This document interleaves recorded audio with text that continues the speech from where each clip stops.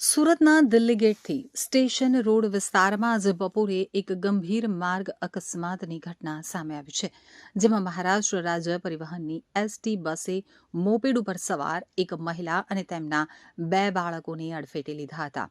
પ્રાપ્ત માહિતી અનુસાર આ અકસ્માત સુરતના અત્યંત વ્યસ્ત ગણાતા દિલ્હી ગેટથી સ્ટેશન રોડ તરફ જતા માર્ગ ઉપર થયો હતો.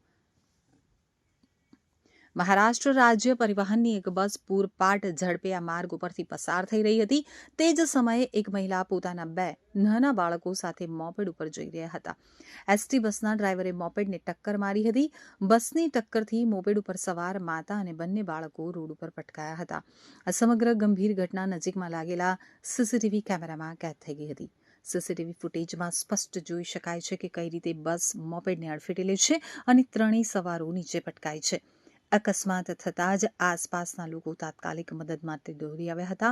ત્યારબાદ માતા અને બાળકોને મોપેડ ઉપરથી નીચેથી બહાર નીકાળ્યા હતા.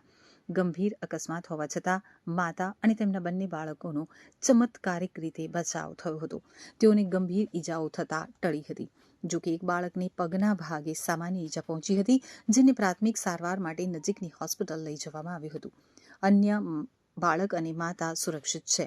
સ્થાનિક પોલીસે ઘટનાસ્થળે પહોંચી અને અકસ્માતને લઈ વધુ તપાસ હાથ ધરી છે.